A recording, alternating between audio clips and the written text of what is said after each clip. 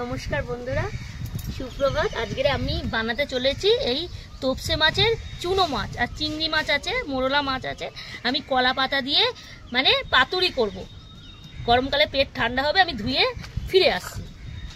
এই বন্ধুরা, আমার এই তোপসে চুনোগুলো ধুয়ে নিয়ে চলে এসেছি। চিংড়িও আছে। আমি প্রথমে এতে নুন হলুদ মাখাবো। পরিমাণ মতো নুন আর এই হলুদ ভালো করে মাখিয়ে 10 মিনিট রেখে দেবো। তারপরে মশলা দেব।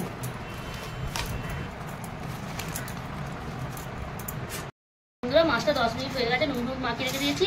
এবারে এই পাতুরি করার জন্য কলা পাতাটা আমি একটুখানি নরম করে নিয়েছি, আগুনে সেঁকে নিয়েছি।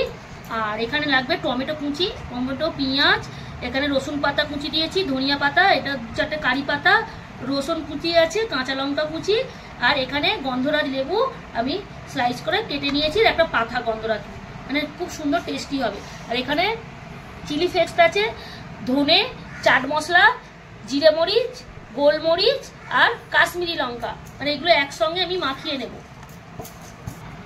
আর আমি পরিমাণ মতন একটু সর্ষের তেলটা বেশি লাগবে। একত্রিত ভালো করে মাখিয়ে তারপরে মাছটাকে দিতে হবে। এই মাখানোর কাজেই খেলা, যত ভালো করে মাখাতে পারবেন তত টেস্টি হবে। এই বন্ধুরা, আমি একটুখানি পরিমাণ মতো নুন দেব, অল্প দেব, কেন মাছে নুন দিয়েছি অল্প, যেহেতু পেঁয়াজ টমেটোর জন্য অল্প দেব। এই মাখা হয়ে গেছে, আমি এবার মাছগুলো দিয়ে মেখে নেব। এই যে চুনো মাছের মাখা যা ভালো হবে না গরম ভাতে আর রুটির সঙ্গে, ভাতের সঙ্গে হেভি লাগবে। এই বন্ধুরা, সব মাখানো হয়ে গেছে। আমি এবার পাতুরিতে বাইন্ড করব কলা পাতাতে।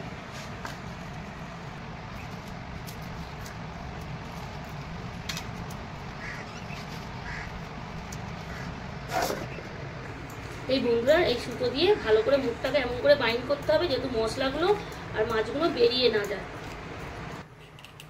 এই বন্ধুরা, আমি চুনো মাছের পাতুরি করার জন্য ননস্টিক কড়াই বসিয়ে দিয়েছি। এবার তেল অল্প দিয়েছি। এবারে ওই গরম হয়ে গেছে, আমি পাতুরিগুলো আস্তে আস্তে দিয়ে দেব।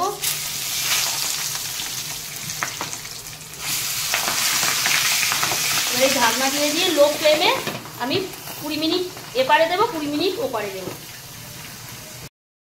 বন্ধুরা, 20 মিনিট হয়ে গেছে। আমি পাতুরিটা উল্টিয়ে দেবো।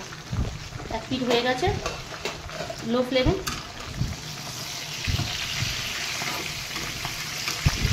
সুন্দর ফ্লেভার এসে গেছে।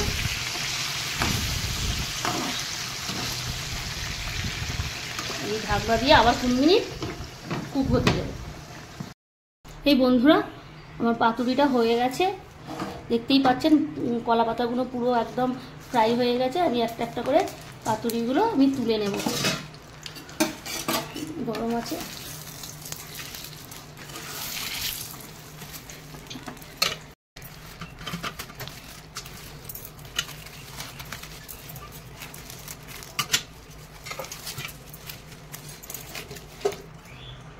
এই বন্ধুরা, আমাদের চুনো মাছের পাতুরি, তোপসে চুনো রেডি হয়ে গেছে। বন্ধুরা, এইভাবে গরম ভাতে খাবেন, অসাধারণ লাগবে।